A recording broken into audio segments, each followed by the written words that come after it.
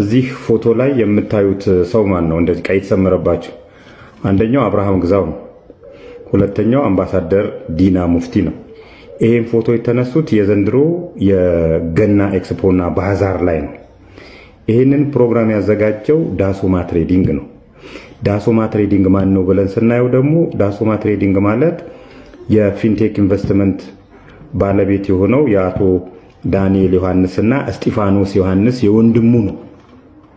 እንግዲህ ይሄን ፕሮግራም የዳንኤል ዮሐንስና እስጢፋኖስ ዮሐንስ የሁለት ወንድማማቾች ንብረት የሆነውን ዳሶማ ባዘጋጀው የገና ኤክስፖ ላይ የተገኙት እነዚህ ሁለት ሰዎች ናቸው። አንድ በሉልኝ።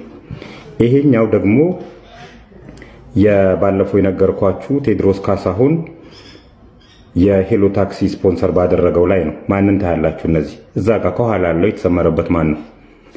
አብርሃም ግዛው። ፊንቴክ ላይ እና አብርሃም ግዛውን አሁን የታሰሩ ሰዎችን ኤቭሪዌር ነው የምታገኟቸው። እንግዲህ የዚህን ታሪክ ካወቅ ነው አብርሃም ግዛውን ብቻውን ወስደን ብናየው ሄሎ ላይ ነበረ፣ ፊንቴክ ላይ ነበረ፣ ዳሶማ ላይ ነበረ ማለት ነው። 3 ቦታ። እነዚህ 3 ቦታዎች ላይ እያለ እንግዲህ ይሄ ካምፓኒ በሶስተኛ ዙር ነው የመጣብን ዳሶማ ብሎ ራሱን ማለት ነው። 3 ቦታ ላይ ያለ ፊንቴክ ኢንቨስትመንት እንደዚህ አጭበርባሪ ነበረ ስለመሆኑ አላቅም ሊለን አይችልም። ማስረጃዎቹ እነዚህ ናቸው። በእርግጥ አሁን የቴዎድሮስ ካሳሁን ስካይላይት ሆቴል እንኳን ደህና መጣህ አቀባበል የተደረገለት ቴዎድሮስ ካሳሁን ምንም አያውቅ። እውነት ለመናገር ስለ ፕሮግራሙ ጓደኞቹ ናቸው ያዘጋጁት የተባለው። ሌላ ክፋት የለውም። እንኳን ደህና መጣ ነው፣ እንኳን ዶክትሬቱን አገኘህ ነው። ስለዚህ ቴዎድሮስ እዚህ ጋር ምንም የሚያገባው ነገር የለም።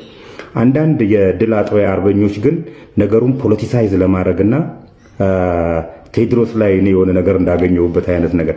በእርግጥ ቴዎድሮስ ላይም የሆነ ነገር ካገኘው እስካሁን ድረስ አላገኘሁበትም። እንኳን እሱ አይደለም ባለቤቱ ሀምሰለት ሙጬ ፊንቴክ ኢንቨስትመንት የሰጣትን የአምባሳደርነት እንትን እምቢ ብላለች። ለዚህ ልትመሰገን ነው የሚገባው። እነ ሉላ ገዙንም እነ ጸገነት አበበንም በዚህ አጋጣሚ ልናመሰግናቸው ነው የሚገባው። ነገር ግን የቴዎድሮስ ካሳሁን ስም ለምን ተነሳ? አውዱን መረዳት ያስፈልጋል። እነዚህ ሰዎች እንግዲህ ዝም ብለው ሲንዘላዘሉ የነበሩ ሰዎች ከድል በኋላ መጥተው ነገሮቹን እንደዚህ ፖለቲሳይዝ ለማድረግ የሄዱበት መንገድ አዋጭ አይደለም። ቴዎድሮስ ካሳሁን ከዚህ በፊትም ነግሬዋለሁ። እሱ ምንም የሚያውቃቸው ነገሮች የሉም። ጓደኞቹ ናቸው ይሄን ፕሮግራም ያዘጋጀው።